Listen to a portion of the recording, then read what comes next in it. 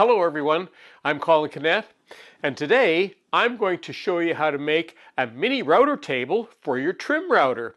But if you're new here today and you enjoy woodworking, I invite you to subscribe to my channel, click the little notification bell so you know every time I upload a new video, and let's get into making this little mini router table. A trim router, or hand router as it's often called as well, is just a small little router. This one happens to be about 1/4 of a horse, and they're designed to be able to be used by hand, but there's no reason that you can't install them in a little router table, and that's exactly what I'm going to do today.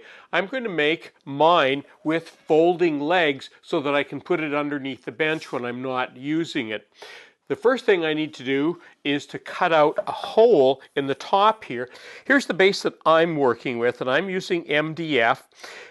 I've made mine 17 inches long by 12 inches wide, but you could make it any size you want. Now what I need to do is cut out a hole in here, and because I have a round base on my router, my cutout is going to be slightly rounded on the edges, and I'm going to leave it that way. Now when I get started, I'm going to be doing what they call a plunge cut. So I will be going in like that, then I'm going to rotate around. And I have my dust collector here, so it's going to be a little bit noisy, but it should pick up most of the dust that we have. And I just made this little frame ahead of time so that I make a nice square point.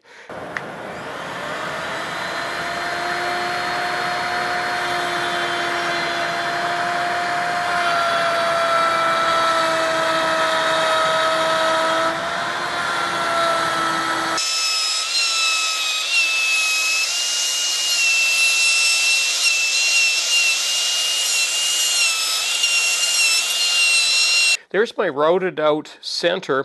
What I need to do now is get the center part out of here so that I can leave a lip around here.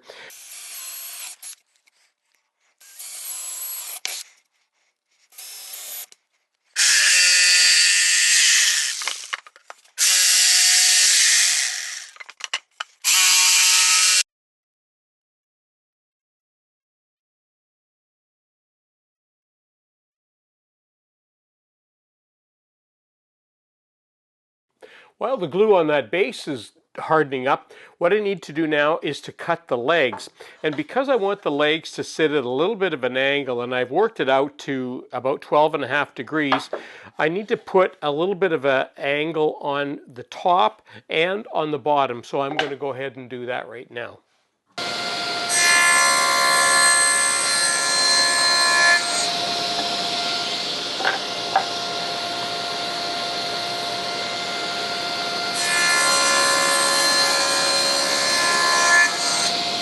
All right, that's actually going to sit like that, and that one's going to sit like that.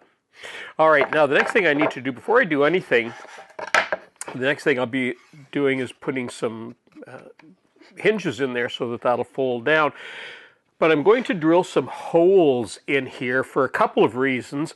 The main reason is so that I can have something to clamp it down, because this is going to be pretty small and light. It's easy to move around, so it's going to want to be clamped down to the workbench at some point.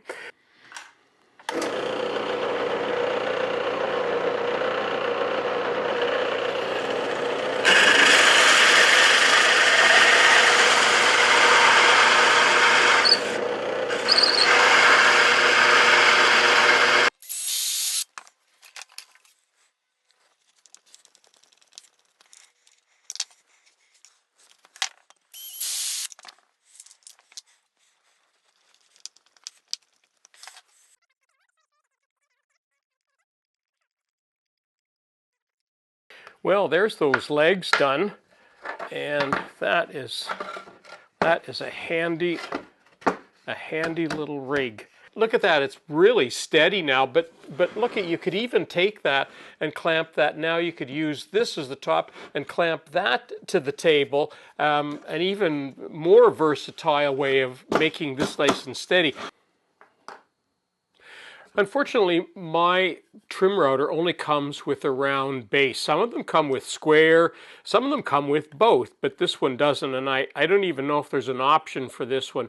But that doesn't matter, because what I did here was cut a square hole, which of course I need to do because I want the trim router, it's going to want to sit in here, but there's nothing to hold that. So I need to make another plate for it.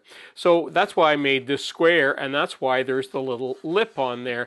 What I need to do now is to take this raw plastic that I used as a template guide so that I didn't go too much deeper than this. It's a little bit below, but I wanted to do that so that I can put screws in here so that I can make this sit even.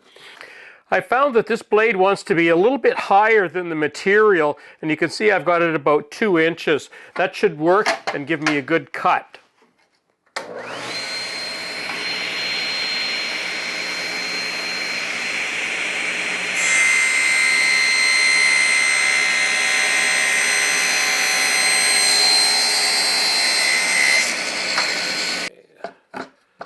There we go, that's perfect. Fits all sides. All right, now we need to drill some holes in there. So I need to take the plate off of here and use it as a measurement for that. What I'm going to do now is tell you what I'm going to do, and then I'm going to do it off camera because it's fiddly little work and it's very hard to see on camera. This plate has some recesses for the heads of the screws to go in so that it sits flat against the material that it's routing. What I need to do with this plate is make some holes, and I'm going to drill some pilot holes through each one of them. Then I'm going to use my Forstner bit and make that same little recess that it's going to take in there, and then I'll make the hole just a little bit bigger so that it will accommodate the size of the screw. And then I'm going to use another Forstner bit to cut a hole in the center. I'm not sure if it'll work, but it looks like it will.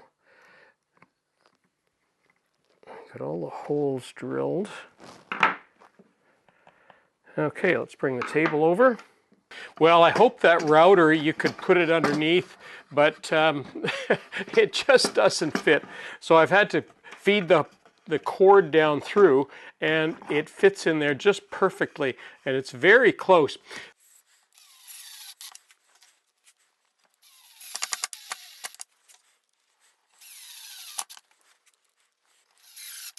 Well, now it's time we get to try out all our hard work here. And you know, this really didn't take all that long to make. I'm pretty happy with this. You can see that I've got it clamped to the workshop bench, and it's really nice and steady here. I'm really happy with that. The other thing that I did, I just made a quick fence, and you know, you don't need a sophisticated fence for a router. As long as it's straight across the front and flat to the table, I've just got it clamped, and that's all that you need. The only thing that I need to make sure, because this bit that I'm using has a bearing on it, I need to do what we call isolate that bearing. And what it means is I need to make that bearing even with the fence straight across so that when I run wood through it, it's not going to bump out when it hits the bearing. So I'm all ready to do. I've already set this thing up. Let's run some wood through and see what it does.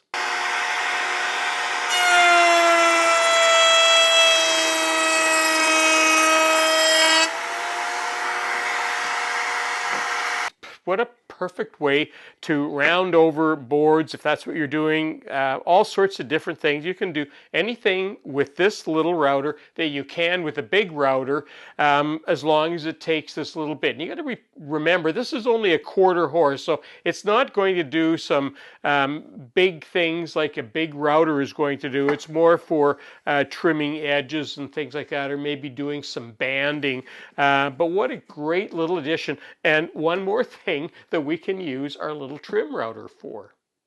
Well, that concludes my video on making the mini router table. And you know, there's lots of different ways to make this less complicated, more complicated.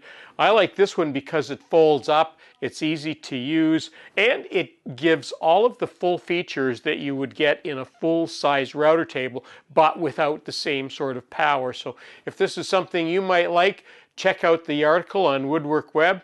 I'm Colin Canet for Woodwork Web. Don't forget to keep on watching. I got lots more videos coming.